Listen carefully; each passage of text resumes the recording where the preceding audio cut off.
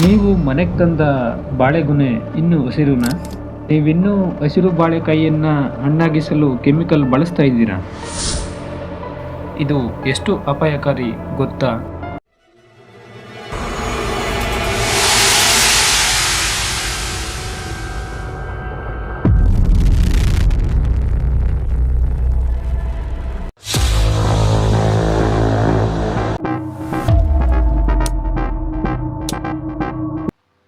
ಇವತ್ತು ನಾನು ನಿಮಗೆ ಕೆಮಿಕಲ್ ಇಲ್ಲದೇನೆ, ಬೆಂಕಿ ಇಲ್ಲದೇನೆ ಬಾಳೆಕಾಯಿಯನ್ನು ನ್ಯಾಚುರಲ್ ಆಗಿ ಹಣ್ಣಾಗಿಸುವ ವಿಧಾನ ಹೇಳ್ತೀನಿ.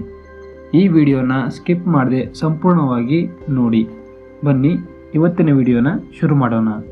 ಬಹುತೇಕ ಜನರು ಬಳಸೋದು ಕ್ಯಾಲ್ಸಿಯಂ ಕಾರ್ಬೈಡ್ ಅನ್ನೋ ಕೆಮಿಕಲ್.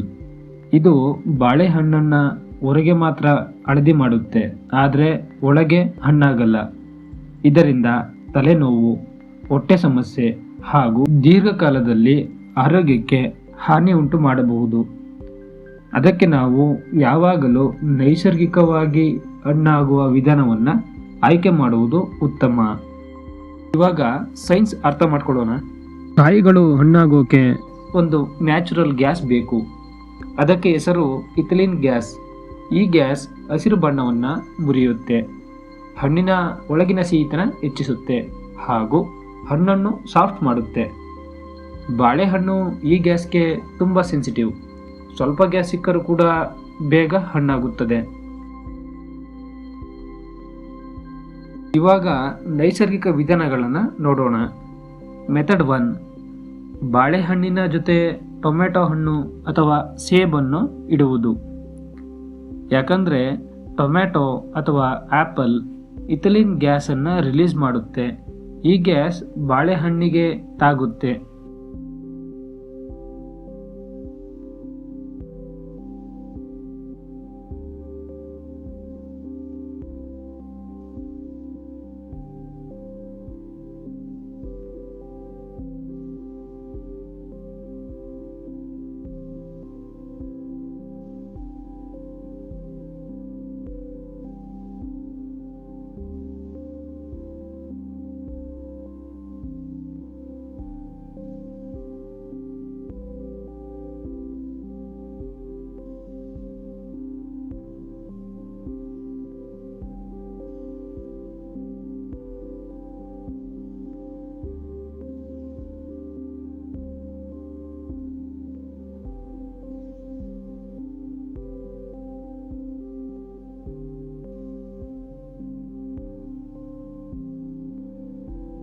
ಈ gas ಬಾಳೆಹಣ್ಣಿಗೆ ತಾಗುತ್ತೆ.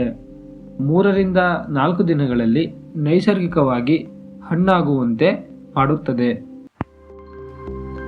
Method 2, rice container bag. ಇದು ನಮ್ಮ ಅಜ್ಜ ಅಜ್ಜಿ ಕಾಲದ ಟ್ರಿಕ್. ಬಾಳೆಹಣ್ಣನ್ನು ಅಕ್ಕಿ ಡಬ್ಬ ಅಥವಾ ಅಕ್ಕಿ ಚೀಲದ ಒಳಗೆ ಇಡುವುದು. ಅಲ್ಲಿ ಸ್ವಲ್ಪ ಉಷ್ಣತೆ, ಇಥಿಲೀನ್ ಗ್ಯಾಸ್ ಟ್ರ್ಯಾಪ್ ಆಗುತ್ತೆ. ಇದು ಕೂಡ ನ್ಯಾಚುರಲ್ ಆ್ಯಂಡ್ ಸೇಫ್ ಮೆಥಡ್.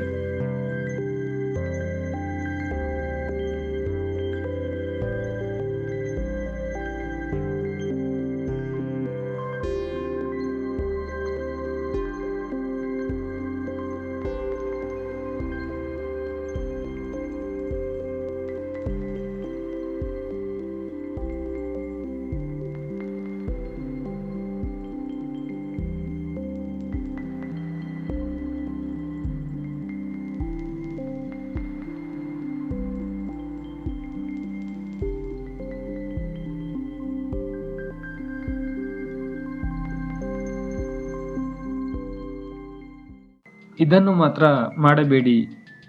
ಬೆಂಕಿಯನ್ನು ಹಚ್ಚಬೇಡಿ. ಕೆಮಿಕಲನ್ನು ಬಳಸದಿರಿ. ಹಸಿರು ಬಾಳೆಕಾಯಿಯನ್ನು ಫ್ರಿಡ್ಜ್ನಲ್ಲಿ ಇಡಬೇಡಿ. ಫ್ರಿಡ್ಜ್ನಲ್ಲಿ ಇಟ್ಟರೆ ಹಣ್ಣಾಗುವ ಪ್ರಕ್ರಿಯೆ ನಿಧಾನವಾಗುತ್ತದೆ. ಸ್ನೇಹಿತರೆ, ಹಣ್ಣು ನ್ಯಾಚುರಲ್ ಆಗಿ ಹಣ್ಣಾದ್ರೇ ನಮ್ಮ ಆರೋಗ್ಯ ಸೇಫ್. ಇಲ್ಲ ಅಂದರೆ ಕೆಮಿಕಲ್ಸನ್ನು ನಾವು ಕೂಡ ಸೇವನೆ ಮಾಡಿ ನಮ್ಮ ಆರೋಗ್ಯವನ್ನು ಹಾಳು ಮಾಡ್ಕೋಬೇಕಾಗುತ್ತೆ. ಈ ವಿಡಿಯೋ ಇಷ್ಟ ಆಯಿತಾ? ಲೈಕ್ ಮಾಡಿ, ಶೇರ್ ಮಾಡಿ ಹಾಗೂ ಸಬ್ಸ್ಕ್ರೈಬ್ ಮಾಡಿ. ಭೇಟಿ ಆಗ್ತೀನಿ ಮುಂದಿನ ವಿಡಿಯೋದಲ್ಲಿ.